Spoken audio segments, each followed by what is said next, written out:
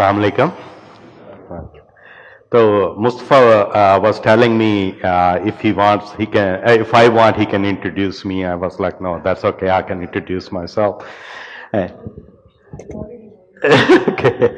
So I think we'll keep focusing on main things. Okay. Just the goal is gonna be for each of you to have the basic concepts. You have certain areas where you have some difficulty, and you'll do first EUS, then the second one we will pay more attention to you guys to where we thought you had a difficulty before. Majority of the people, as many of you mentioned at D1, I have my way of doing it or my way of teaching it. Hopefully that would help.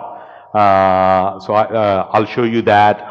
D2, yeah, as Mustafa mentioned, majority of the people, usually when they start doing it, they have a problem with the D2, and especially the scope movement from D2 backwards. Other thing is, just you have to have this concept, but the concepts should not be wrong. Just don't make up the things. But one thing really need to know, important thing need to know is that image shape or how it's going to look like is going to depend on the position of the transducer or the scope. And that constantly changes. Okay, when you're looking at from the stomach, and at that time, the pancreas, you're looking at the way I have learned it myself is by reading the anatomy books, that atlas, natal atlas, looking at the x-rays, and then sometimes even during a combined EUS CRCP case, just turn on the x-ray for a few seconds, see what the scope position is. I'll show some scope positioning and how it looks like. Because when you're looking at the pancreas from the stomach, the way I imagine is like, okay, I'm looking at on top of it with the transducer sitting on the body. To take a look at the tail, I need to move my transducer this way. This is how I'm imagining, okay? And then go to tail further, okay, need to go to the neck, I'm going this way, okay? So this is like I'm looking from top, bottom down, okay? That's how I would imagine. So body is here, neck is, tail is here, neck is here. But this is like looking from the top, scope is straight in the stomach. When I go into the duodenal bulb, scope becomes long, right? And transducer goes up like that. So now I'm imagining from the duodenal bulb, I'm looking from bottom up. So the pancreas is gonna flip. So head is gonna go this way, neck is gonna be this way, body and tail. We'll show you all this as we move along. So what my point is, really based on what the position of your scope is, where your scope is, the imaging, positioning, and the shape is going to change. So just keep that in mind. It's like, as Mustafa said, ERCP, very static. It's a dynamic procedure. In one place you are sitting, you're just going to get that image. You're not going to get any other image. So this is constantly moving around, but the movements are small. It's not like colonoscopy movements. It's a very measured, small movements. That's what you're going to do. And other thing is, whatever you want to examine the area or wherever you want to focus, do your best to bring that between 5 and 7 o'clock position. Okay? But that's not going to work always. That's not going to happen always. But do your best to keep that in that between 5 and 7. That's how you're going to get the best image based on the same principle. Like with the ultrasonic goes way straight down, straight coming back up, going to give you the best image. If they are on the side, it's going to get scattered. And that's where going to be the artifact. So that's what's the main reason, goal is with that, to keeping that at 6 o'clock position basically. And Mustafa already mentioned, showed you the picture. So, another concept about the camera is 2 centimeter behind the tip. Okay. So if you are going through the pylorus, it's just like a ERCP scope. I always say that, and you probably heard that many times. Endoscope, camera in the front, looking front, moving forward. ERCP scope, side view, looking at the ceiling, moving forward. EUS, with the ceiling and the wall meets. So it's at 45 angle. On top of that, introducer or end of the scope is 2 centimeter beyond the camera. So if you are at the pylorus and you are looking at the nice pylorus completely, your end of your scope already got into the antrum and buried down there. So you're never going to get through the pylorus. So you have to pull the scope back few centimeter and then guide it through the pylorus. So that's the concept. D2, if you're looking at the ampulla, I will show that. If you're looking at the ampulla, you put your big wheel towards you, and that's the other term here I already mentioned about the way I'm going to use it. I think you use the same way too. Big wheel towards you, big wheel away from you. Same thing is with the small wheel towards you, small wheel away from you. So please pay attention to that when we say that, okay? Rotate the scope to the right means torquing the scope to the right. And that's going to happen just like ERCP scope with your wrist, with your shoulders, with your body movement. And it's these movements. Other thing is, the one who are taller among you, you can stand and hold the scope. There should not be a bend in the scope. Scope should be straight. It should not be like that when it's going through the mouth.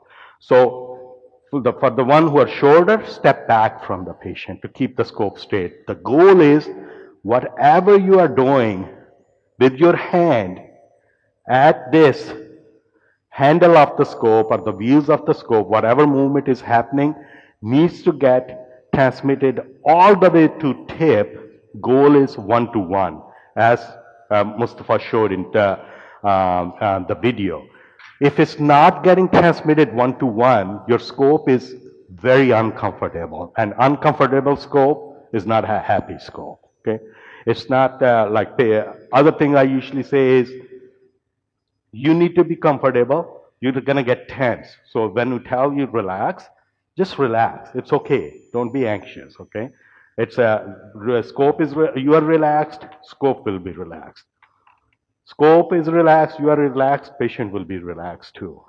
And most importantly, people sitting here watching you should not be nervous, more nervous than you are, okay? So just, you all are gonna do just fine. Just relax, scope straight, and just pay attention to if we tell you to do something. Okay, so how much time we have? I already spoke like 10 minutes, right? Half an hour, ठीक? Okay, so. And one other thing we'll do, I think we'll demonstrate a case too, like without the training. And we'll demonstrate 1 or 2 cases, one of us, just to show like what is expected, how to do the movements. So that way at least you know what we're talking about, okay?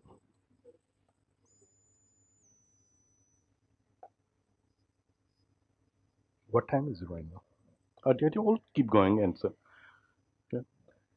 History of the US, I always tell about, like, I don't think I need to go through. Main thing is basically started in 80s, and at that time, those old machines, our teacher tell us, they were so bulky. And when you talk about that we're going to do EUS, there would be a silence of death in the room because nobody wanted to do that. And then it's like mostly in the beginning, even the users were trying to figure out what it looks like, what we're looking at, what are the wall layers and all that stuff. Basically, main breakthrough was when that linear scope was made. Radial scope, Mustafa already showed you. Radial scope, linear scope, radial, CT scan images, okay? And linear, this sagittal, right? Sagittal images, okay, like that. With the radial, you're doing just an imaging as does the CT scan. Okay, so that's good, keeping in mind. For the radial, if you are looking at the pancreas, you're looking at the pancreas like that to see the upper part and lower part, you have to move the scope in and out. On the other hand, when you're looking at the linear, you're cutting that right through this. So you have to move the scope right and left. That's what happens. So this is the first breakthrough FNA was performed in 1992 by Dr. Wellman in Denmark for a mediastinal mass or lymph node, and that's where it started, the biopsy. But main breakthrough was the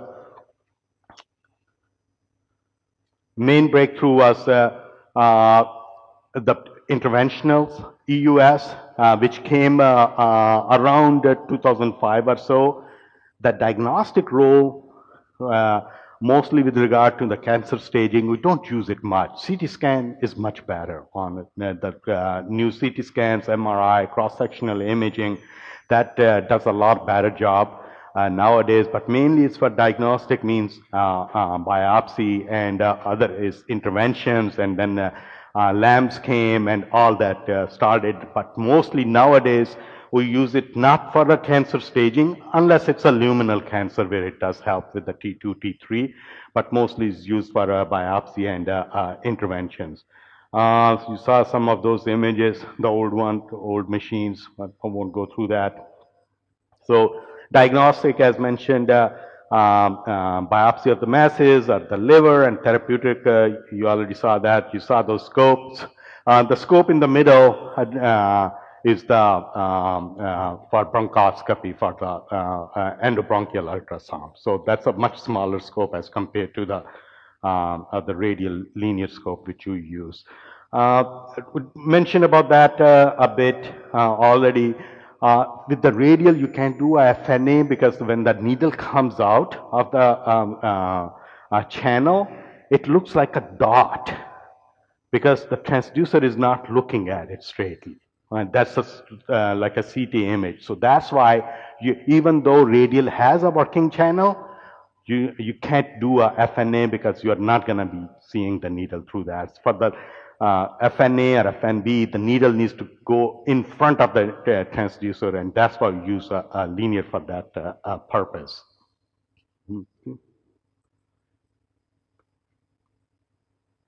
So these layers, I think I won't go through that. You already know that.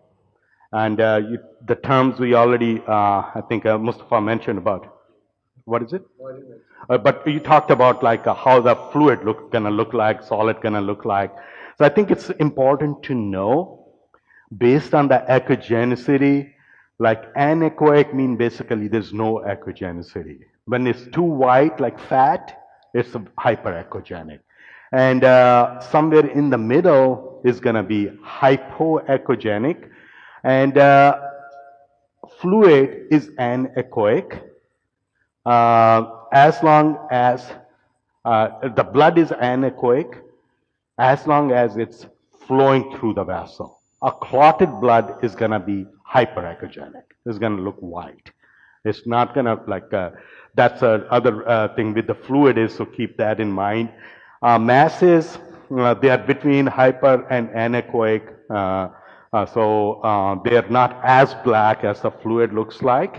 And then hyperechoic or clotted blood, as I mentioned, air just scattered everything. Really don't see that artifact there. And the fat and stone, looking at it, but then they give a shadow, which is black, obviously, but overall hyperechogenic. So these terms you need to know and use them appropriately.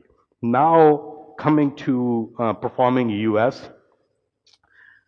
How many do a station-based approach, like those who have done? So you start from station 1, you start from station 6, how you do it?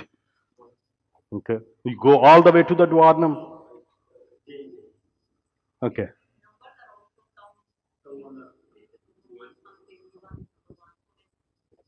So in the by the textbooks, there's only number 1 to 6 is, 1 is the D3, 2 is D2, duodenal bulb is 3. So we're talking about the textbook stations right now. How many do by that? Yeah, so what I'm trying to get at is, like those station approach, when they were doing the EUS, or teachers or mentors, they came up with these stations, but you don't have to follow those. So stations are basically the way I and I think all of us do is basically a organ-based approach. And for me personally, the way I do is I will start at the GE junction. The stomach is station one, duodenal bulb is station two, and then beyond duodenal bulb, second or third part of the duodenum. So that's how we do. And other way approach is, if especially in patients which are really not, they can't tolerate the anesthesia much or some instability, but you gotta do a EUS, in those cases, my station would be to answer the question, whatever that is. Do I need to take a look at the bile duct quickly if there's a stone or not because patient is septic? So then I won't be spending too much time in the stomach. I'll go straight to the bile duct, take a look at that. So that would be my approach to that patient. But if you have time and patient is stable, make this habit, do a complete EUS examination in every single patient. Even though you are doing it for a lump or a bump or a stone, but take a look at the pancreas, take a look at the bile duct, take a look at the GE junction, celiac axis, SMA, like do basically a complete EUS examination. And also liver, you can basically take a look at the whole liver. Maybe not a whole liver, at least a part of each of segment, all those 8 segments. And also the penetration of EUS, the best is up to 6 centimeter or so. Beyond that, really you get a lot of scattering and you may not be able to see anyway, and liver is so big. So you still, it's a kind of a solid enough organ. You can see majority of it, but sometimes it's out of reach of the ultrasound. So, but most of the time you can see the whole liver. This is the, and other thing is, when you're going to get, you're doing, and sometimes, especially when you do first few hundred, you're going to get lost. You go, they're not able to find a station or not able to, I should say, find your area of interest. Then come, spend a little bit time, see if you can find your way out. Just don't imagine it. Just actually find your way out or not. If not, just come back to the area which is more familiar to you, be it a GE junction, be it a duodenal bulb, and start over from that. So no need to spend too much time in one area and just moving the scope right, left, have no idea what looking at it. And so don't waste time over there. And about the Doppler, we already talked about that, most of our did. So this is what I want to show you. These are few these cartoons that's going to show you, like this is a scope right here at the GE junction, right here, right? It's going to come down, it's a linear scope. I want you to take a look at it, how the scope moves and how the position of that transducer changes and how the different organs are being examined by that transducer. You see where that is?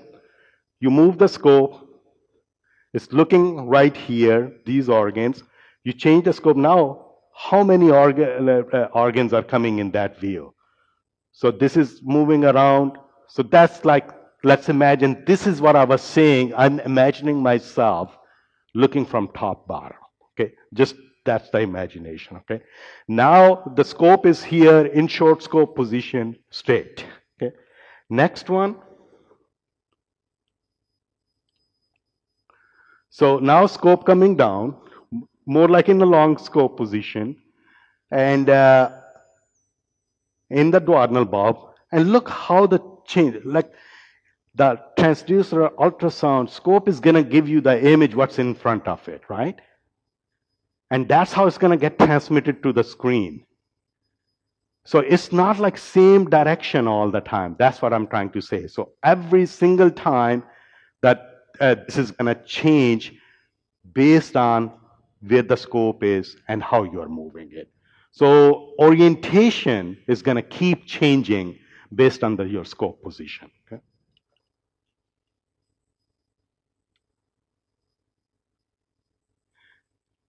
And now it's going to go into the D2 and see earlier it was looking at it, this from angle, so giving that view, now it goes down and looking it from the bottom up.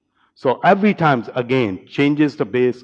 So you will need to imagine, need to memorize how that structures what you are looking at, how they are moving away from your transducer. That's how you're gonna like really that concept. When you get that, it will become easier because when you're looking at the pancreas from here, you're looking at your tail, as I said earlier, I mentioned, is to the right, neck is to the left, but when you are in the duodenal bulb, because you're looking from the other side now, so everything is going to flip.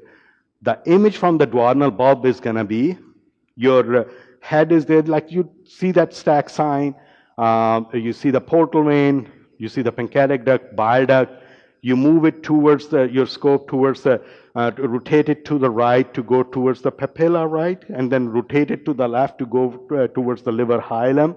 So in that case, your pancreas is now like this. So your head comes here, uncinate is here, neck is here, body is here, tail is here from duodenal bulb. But from the stomach, what was happening, it was completely flipped the other way. So just get that concept. That would, once you get that imaging would make it much better for you. From the way I start is, again, we talked about that. For us, for me, the first station is GE junction. Right below that, celiac artery, SMA. That's my first station. So that's right below the diaphragm. Celiac artery, that's kind of a landmark for us because that helps us get to the pancreas. That's why we take a look at it. And also if any lymphadenopathy or for that celiac neurolysis, all that stuff. Celiac artery, how many branches it has? Which one? Okay. Who is the fourth one?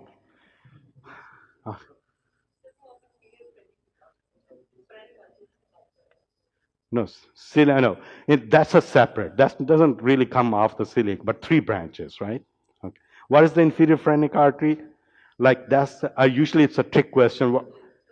First branch below the diaphragm. Okay, it's not a celiac; it's a phrenic artery. Okay, so what are the 3 branches? Anybody? Common hepatic. Okay, so need to know that because how they're gonna go left.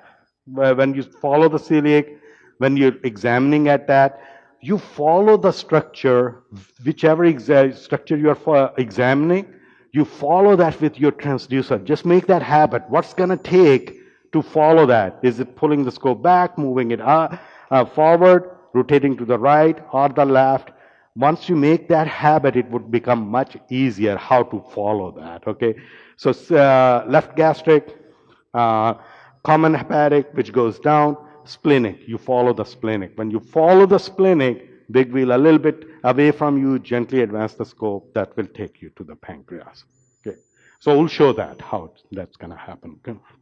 And that's, many times, if I'm doing it myself, I may not do it right that way, I'll just go straight to the pancreas, I know how to get to the body, but for you, make it happen step by step and the proper way. That's how you really are going to learn. And all of you have seen the atlas, this image, right?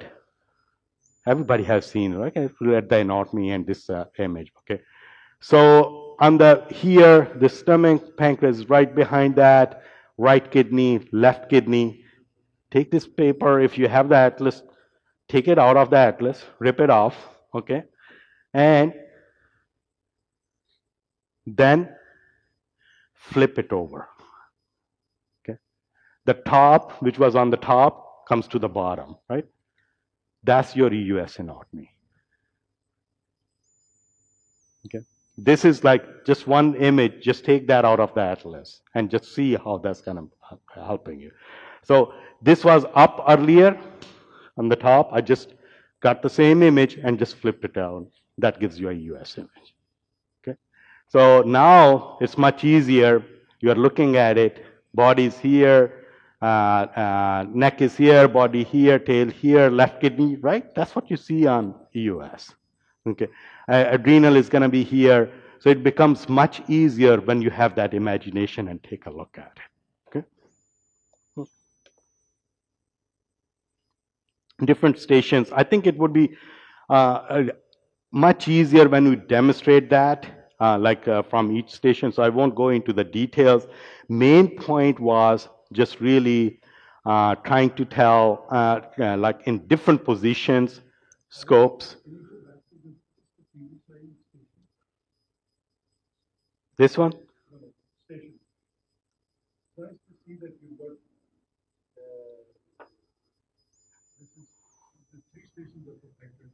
Bronchitic head only. Yeah.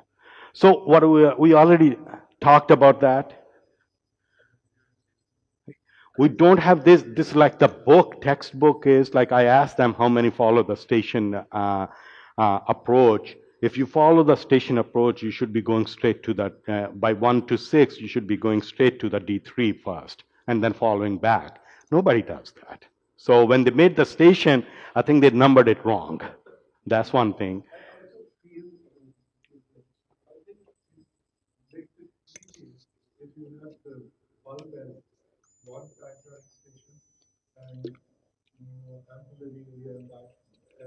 Number, yeah, there is no need for third, sir. So it's just you can argue like in favor or against whatever you want, but basically bottom line is goal is to do a complete safe examination, get the job done, do it systematically, and that system is your own system, whatever works for you. Okay. But for sick patient, don't waste time. Go to what you need to do first, and if you still have time, patient is still stable, then do the rest. Okay, that's the main point. Okay.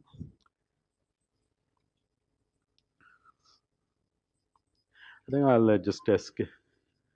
I think I kind of got the message across on the what I was talking about, like different stations, different position. It's going to be different orientation, everything. Just the main goal is get this concept of orientation. It's going to change everywhere, wherever your scope is. That's I can't stress that enough. Okay, that's the only way to learn the US. Okay.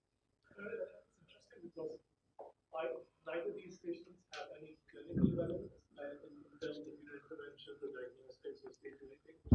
Nor, when it comes down to doing the DOP swarms, it hasn't actually translated that into a practice. So when we're doing these DOP swarms, it also doesn't sort of take into that as well. So, like all the experts say, but I understood that make it simple when you're teaching.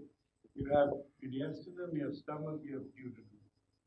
Three places that you need to look at, and then you need to know what structures are you going to see in mediastinum, what structures you need to see in the stomach, and what structures you see in the duodenum. And that's a simplified thing, because for the longest time I was struggling finding the station 5, because you're actually spending a lot of time when you're actually learning, and then you realize that, at least I don't know what you Khalid and Mustafa feel about it, but if you want to add. I feel that actually, as a trainee, when you simplify it, it becomes easier. Now you just need to know what you need to look at from the stomach, what you need to look at from the duodenum, and what you need to look at from the. And I think the mediastinum is the easiest, including the AP window. The way I don't know how you both do, but the way Khalid does it is very, very simple. The AP window is something that you struggle. Although I don't know what the utility of that is with you respect. I find it very, very in tuberculosis patients. We've seen some occasional lymph nodes, but then those lymph nodes are also seen in the subcutaneous, which is much easier to actually. But because it's there, so it's important to just. But I think simplifying it I'll just comment. I think personally, the worst service to education of EUS was numbering of stations. Honestly, I think कई दफा होता है ना, it's like physicians back in the 50s and 60s were promoting smoking. I think teachers promoting station-based learning complicates learning for people. And the simplest approach you need to have is there are about 5 structures you have to understand and view, and you have to keep doing them over and over. Pancreas, bile duct / gallbladder, liver. You can look at lymph nodes in all these different areas, stomach and duodenum, and then anything extra. Beyond that, a linear upper exam, everything else is just a bonus. And if you think about it, my goal for this patient is to figure out how the pancreas looks, how the bile duct and gallbladder look, how the liver looks, how the lymph nodes look, and if there's anything else I find. That's all you have to do. Uske baad, it's all about, okay, where do I need to look from to see this part of the pancreas? And if you understand that from the second portion or the bulb, I see this part of the pancreas, that's all you need to know. My personal opinion and recommendation is forget these numbers. In my training, we never talked about these numbers. And my mentor, Dr. Mallory, who is very experienced, simply said, all you have to do is figure out these organs. So, masla ye hai, and I think there's especially an influence of people in education so focused on the stations that it keeps getting propagated. And then people keep getting confused. तो अपने ज़हनों को ना आज़ाद करें थोड़ा. Let them be free of these numbers and just learn what's in front of you in terms of the organs. I think you all got that message very clearly from everybody. आज के बाद मुझे numbers की ना कोई को बताए. So if I can just add one thing, and that is, when you're starting, when you're looking at the normal bile duct or a normal pancreatic duct, it's not always easy to find it. And you start struggling, God, these guys see that all the time. I can't see the bile duct. But when the bile duct is abnormal or the pancreatic duct, pancreatic duct is a little tricky, but bile duct and stones in the bile duct are probably one of the easiest easiest examination to do. But when you start focusing on a normal bile duct, that's when you say, oh God, I can tell you, I'll share my experience. Whenever I was sent a patient with a possible stone, I used to say, oh, what if I miss the stone here? I'll be really, ashamed. And then over a period of time, I realized, you can't miss a stone. If you know where the bile duct is and if it's normal, if it's abnormal, it will come and hit you, literally. I think what I told them before you guys were here is that when I started EUS, until I met actually Khalid, I thought, oh my God, this is not something that I can do. And then as I learned, so I am sharing experience as I learn in a very different way, not in a program. And that's where I thought what were my difficulties were stations and a normal examination. I think that is there's something that you need to keep in your mind. Yeah, so I think all of us have stressed it enough that don't pay attention to that numbers. Just remember what you're going to see from the stomach, you're going to see, which organ you're going to see from the duodenal bulb, what are you going to see from the second part of the duodenum, what are you going to see from the esophagus. That's one way to look at it. And then it's just basically an organ-based approach. So this is one of the videos, normal EUS examination. You'll see that I start right below the GE junction. That's the first thing I do, find the celiac artery. The way we will again demonstrate that, right below the GE junction, when you come in there, I know air, obviously the ultrasound doesn't like air, but in this one, as soon as you get there, just inflate the stomach a little bit to get an idea, make sure there's not a lot of fluid in there, patient is not intubated, there's not a lot of food and everything. Once you have insufflated it enough that you see the greater curvature of the stomach, take your EUS scope right there towards the greater curvature, like the opposite wall of the stomach. Once you get there, just suction all the air out. Okay, big wheel towards you is going to take you straight to the liver, left lobe of the liver. Okay, once you have that, pull the scope back to get 2/3 of the liver to the left side of the screen, 1/3 to the right. Okay, and then rotate. Your scope is going to be like this at that time, at 180 degree. Scope is straight. Okay, come back, and from there, rotate torque the scope to the right, bring it to the 90. That's going to take you to the aorta. Okay. Once you get the aorta in a landing position, it's a different way. Like when you're in the D2, it's going to be in this way, right? From here, the aorta is going to be like that. Once you have that straight aorta, gently advance the scope until you find the celiac. Okay, you can follow each of those branches, but the goal is to follow the splenic. Sometimes your scope gets hung up because of hiatal hernia. In those cases, this approach may not work. You may have to release the wheel, go to the body of the mid body of the stomach, and pull the scope back to take a look at the pancreas. But majority of the time, it's going to work. Release the wheel, gently advance the scope, follow the splenic artery. That will take you to the body of the pancreas. And once you are at the body of the pancreas, then the movement becomes easy. So this is what I'm going to demonstrate there. Okay. Okay. So going towards the opposite wall, what I mentioned, suction. You see the liver came up, and then once the liver comes up, from there, rotate the scope to the right, takes you straight to the aorta. Okay. You see the celiac, SMA, following the celiac, big wheel away from me, and gently advancing the scope takes me straight to the pancreas. Once I get to the pancreas, rotating it to the right takes you towards the distal body and the tail of the pancreas. You're going to see a kidney, left kidney at the bottom, right? You see that? And keep going. The tail of the pancreas is kind of stuck or kind of in between the spleen and the left kidney. So you have to basically see the spleen and the left kidney to be able to really see the whole tail, because it's going to be tucked in between those. Okay, so that's and then if you go to the left torque, do you see the duct is falling down around the portal confluence? That's going into the neck of the pancreas. I'll stop there for a second. Paul, I don't know how you, obviously you were focusing on the video. I was focusing on Khalid's hands.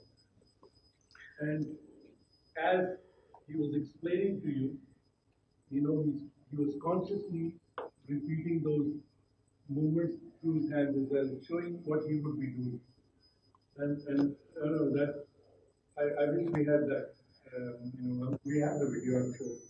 Yeah. It's important that your concept is so clear that just as you're showing a video when you don't see anything else, you're actually using your hands to tell what you need to do with this scope. And that obviously is what we all need to do. So, Anya, I didn't even know. Like that happens.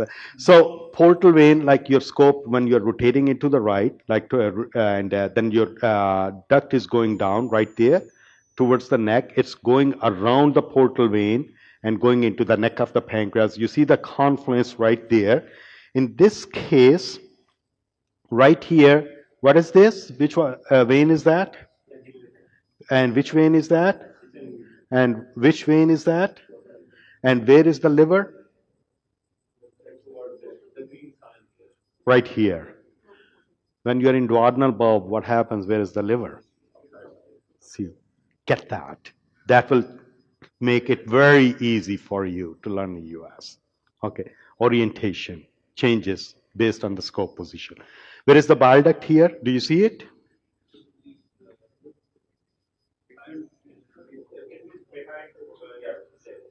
Is this the bile duct? Could be, right? Yeah, I think it is. I'll have to honestly take a look at the video, but this could be a bile duct too, okay? So portal vein is going here. I think it is a bile duct. It's a little bit maybe a prominent. portal vein going here, bile duct going here, liver is right here. This completely flips everything upside down. And here, when you're looking at it, portal vein is close to the transducer, bile duct is away from the transducer. When you're looking from the opposite side, bile duct comes closer to the transducer, portal vein goes away from the transducer. Everything flips, okay? So next station or whatever area you want to call is getting through the pylorus and going into the duodenal bulb, okay? Your scope is aligned with the pylorus, and a few centimeters before that, you are holding the scope like that, big wheel towards you. Sometimes what happens is it's at an angle. In those cases, if you are struggling getting into the pylorus because it's a little bit J-shaped stomach, sometimes happens, right? You can't get to the pylorus properly. In that case, start right at the lesser curvature, few centimeters before that, big wheel towards you and small wheel towards you. That's going to change the direction. The way Mustafa showed, the small wheel was moving the scope like that, right? Right and left. Big wheel up and down. But moving the small wheel towards you gets aligned the scope, moves the scope transducer in a way that it gets aligned with the pylorus, and it would become easier for you to get into the pylorus. Through the pylorus, into the duodenal bulb, make a stop there, okay? Again, even though EUS does not like the air, insufflate a little bit. What you're trying to look at is, because all of you had a problem with that station, so that's so insufflate, look at where the duodenum is going down, or what I call a duodenal apex, okay? Your goal is, your scope is gonna be like this. You go through that, scope comes right here, look at your duodenal apex. Your lens is going to be looking, your camera is going to be looking at the duodenal bulb towards the medial wall, to the left wall. Your goal is to put the transducer in left upper corner of the screen such that that transducer is in the duodenal apex. Camera is right looking at the bulb like that, okay? Put the transducer in the left upper corner there, okay? Big wheel towards you, suction all the air, move right and left. You will almost always find one of the three structures: portal vein, bile duct, or pancreatic duct. And from there you can follow the rest, okay? So this is what we're gonna do. Okay. Going through the pylorus, stop there, looking is insufflated, looking at that left upper corner, will towards you, suction. If you don't see anything, rotate the scope right and left. Okay, and then bile duct, make a habit. Usually first thing I do is either go to the liver hilum or go towards the papilla. For that, holding the scope, if I have to go to the liver hilum, I'll rotate it to the left. If I have to go to the papilla, rotate the scope to the right. Like this is the movement you're gonna do, okay? Sometimes, oh, it went through that. So that's the movement is gonna happen. You can follow the bile duct from the ampulla to the liver hilum by rotating right and left, okay? And if you feel like the papilla is running away, sometimes happens, pull the scope back a little bit, okay? And if like you may sometimes have to come back all the way to the pylorus with the camera, but your transducer is still gonna be in the duodenal bulb. So that happens, but majority of the time you don't have to do much. With the scope movements, you're gonna push it in or pull it or do the right or the left based on your goal is to keep whatever structure you are looking at it between 5 and 7 o'clock position. Once you make that habit, your hands and your brain coordination, just like driving, would get that, like without even thinking, you would know what you have to do with the scope to get to that structure or how to examine that structure. Once you are done with this, from here, you have seen the whole bile duct, you can see the gallbladder, cystic duct. From here, you can basically, if we do a liver exam, you can see the whole right lobe of the liver, and we might demonstrate that as well. In this video, I don't have that. but you can see that right lobe of the liver. And same thing is with the pancreas. When you're following the bile duct, pancreas is going to go away. Don't get distracted by that voice moving away, because it's going to have to move away. Transducer needs to only look at the area what you are interested in. So if you're going to look for the pancreas, you have to follow the duct. From there, the duct is going to, from here is the papilla, bile duct went up like that, right? The pancreatic duct is going to go like that, okay? So you have to literally follow it like that, okay? And big wheel towards you, rotate it, and just sometimes in or out movement with the scope a little bit, not just to oppose to the wall. And your pancreas right now is, papilla is here, duct is coming like that through the neck, body is here, and tail is here. Okay, so you still may be able to, even from the duodenal bulb, you will be able to see the head uncinate is here. You rotate a little bit further from the ampulla, the uncinate you may be able to see from the duodenal bulb. Okay, so uncinate, head, rotate left torque further, neck, you see the duct going like that into the body, and then pretty much all the way to the distal body sometimes you can see. So neck, we saw it from the stomach, right, up, and then we're seeing it from the duodenal bulb as well. And we see that from the second part of the duodenum too, because you're looking at the neck from different angles. So just keep in mind that to take a look at all of the whole neck, you should be able to see from all that stations. Okay. So now you're from the duodenal bulb. We're going to go to the second part of the duodenum. There are two ways to do is the examination from the second part of the duodenum. Either you try to look endoscopically at the papilla and put your camera right on it. When you do that, your transducer is much distal, right? 2 centimeter. So you're not going to see the ampulla or bile duct, pancreatic duct. So what you need to do, once you put on there, pull the scope back, okay? And rotate right and left while you are doing. Goal is to find the aorta in this shape. It's going to come like that. That's the easy thing to find usually. That's what I'm saying. That's the goal, to find it. Okay? So once you find that, aorta is in this position. So from there are two structures. That's how I say aorta, being a big organ, arrogant, wants to be in the center. So there are two centers, two structures on the left, two on the right of that. Okay, two on the left are the IVC that's going to come, and then it's going to be the right kidney or segment 6 of the liver. Okay, one or the other. Okay, so either you see the kidney or liver, IVC, aorta. From there you rotate further to the right. This all happens in one position majority of the time. You don't have to move the scope. Once you have the aorta, don't have to move the scope. Maybe sometimes pull a little bit back to take a look at the pancreas, but majority of the time you don't have to do that. And the only thing you are doing is right and left torque with the scope. That's pretty much it. Okay?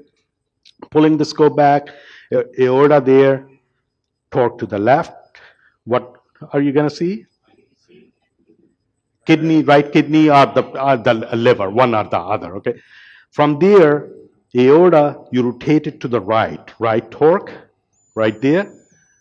Bile duct, further pancreatic duct. So those two on the right, other two on the left. And bile duct, pancreatic duct, first usually comes the bile duct, second comes the pancreatic duct.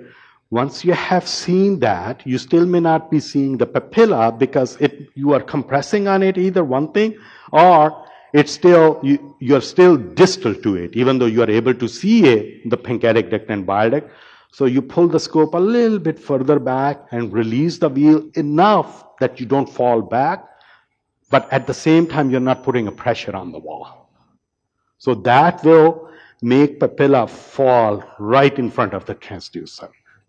Okay, so that's what you saw the papilla, bile duct. You can only see a portion of the bile duct. Once you have seen that, forget it. Done. Okay. Main thing is now the pancreatic duct.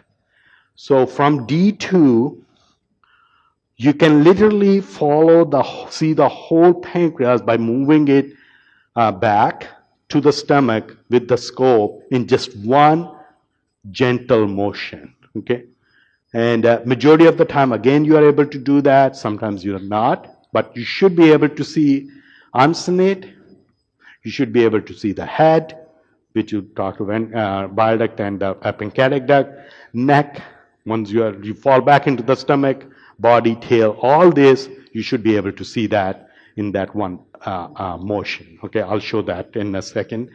And other thing is when you are see at the bile duct and the pancreatic duct from that area, from D2, rotate that. You have an idea what the pancreas looks like, right? The organ, you're seeing that. Keep rotating your scope to the right until that either you see SMA and SMV or your pancreas disappears, because that's the only way to see the whole uncinate process. Otherwise, you will miss a part of it. Okay.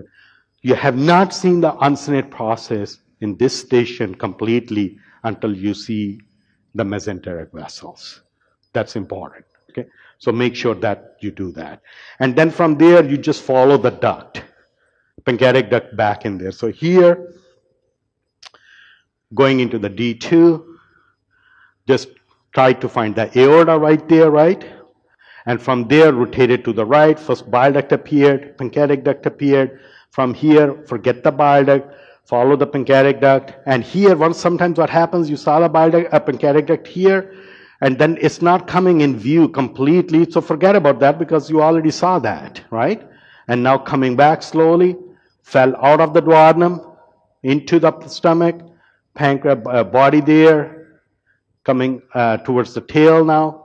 So that's like you usually can see the whole examination. Okay.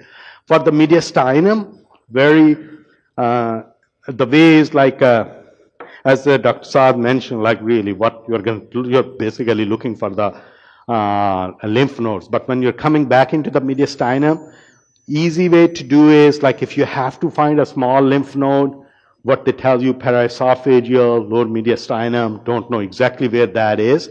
With the linear, what you can do is, I'll show that examination, like you start at the GE junction, celiac artery, rotate the scope from one side to the other side.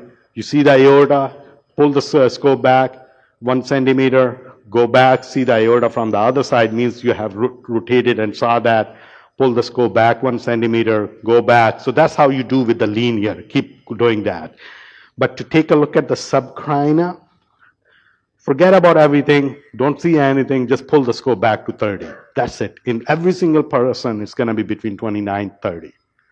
And you will see the left atrium. Once you see the left atrium, you rotate a scope a little bit to the right, right pulmonary artery, pull the scope back 1 centimeter, drop your scope, wheels facing patient, and then wheels facing down. That will take you to the aorta. Pull the scope back a little bit until the aortic arch comes into the center. Big wheel towards you. Look up. That's your AP window. We'll show that. Okay. That becomes much easier. One thing that again I think is important when you have a lean person, the images become much better. Okay, when you have a person whose BMI is high, How many? Do you want me to talk about this or leave it? Time क्या हुआ? What you want in some people, so that's something that also has an impact. The early phase of your career, that's important. Okay, that's what I need to do. Okay, so I have been told Dr. Saab is enlightening us on US issue acquisition data. 30. Well, I'm happy for you. No. I'm very happy for you to talk about that. I think we'll just leave it for now. Okay. I hate to make any presentation. I can talk about that. Okay. I think we'll. So Go ahead. When you're done, just let me. Yeah, I'm pretty much done. Just tell you what yeah. the plan is. Good. So this is going to be repetition, repetition, repetition. That's how you're going to get it. So going to keep doing. We'll keep doing everything today. You will keep doing on your own, and you will get it eventually. So it's a repetition. That's what you have to do. Okay. So the plan would be, we have three rooms in the US in our setup. So we have an US room which is beautiful, 858, and there we can be AEG EUS. All the therapeutic procedures are done in the fluoroscopy room. We have two fluoroscopy rooms, and both are equipped with EUS. So we don't have to shift our patients. So a lot of our patients have both procedures together, like in a lot of centers. So what I'm saying is that we have three rooms. One is purely EUS, where we do FNA, FNB, and celiac block, etc. But all the therapeutic EUSs take place in our fluoroscopy rooms. We have two fluoroscopy rooms. Both are equipped with the EUS. One has ME2 and the other one has ME3. And so in our routine work, it's, we do both the things together for a lot of patients as it is done elsewhere. And it saves the patient, even if he fail in ERCP, then if we have to do USBD, which alhamdulillah is pretty rare, we then don't have to shift the patient. We take consent for both procedures quite often if it's a difficult case or if it's a failed case being referred from anywhere else. So for you all, what will happen is we will have three rooms. We'll be transmitting one and then changing as and when required. End of the day, all three rooms will be having exactly the same thing, because the aim here, and my faculty, international faculty, can add or if they wish, is to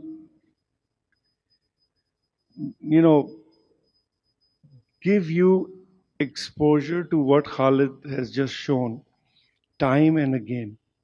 The same thing to be repeated, the same movements to be repeated. The idea is not that you will be able to diagnose. The idea is that the concept of how you reach what you see in stomach, duodenum, or mediastinum, we need to just keep on hammering that, so that in the next 3 days, when you're doing, you're not worried about that so much.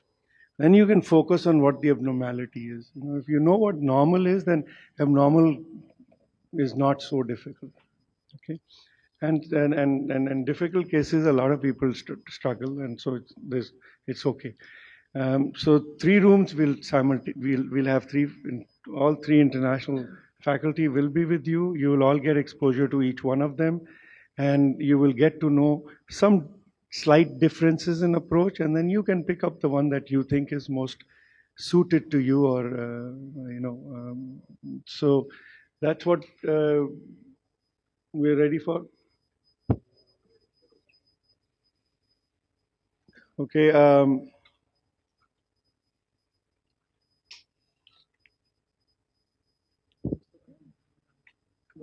You ready? Oh, okay. So we are going to do a demo case first. You've already seen a video, but we actually show you a live case. And then once you've had the demo case, then you go back and hopefully by the end of the day 3, the gray would mean what it means to you, inshallah. And how to get the right gray, or hopefully it should also be there. And then it's just a matter of practicing. You need to just keep doing it. Or if you're lucky, you have somebody with you who knows how to do it, that's even better.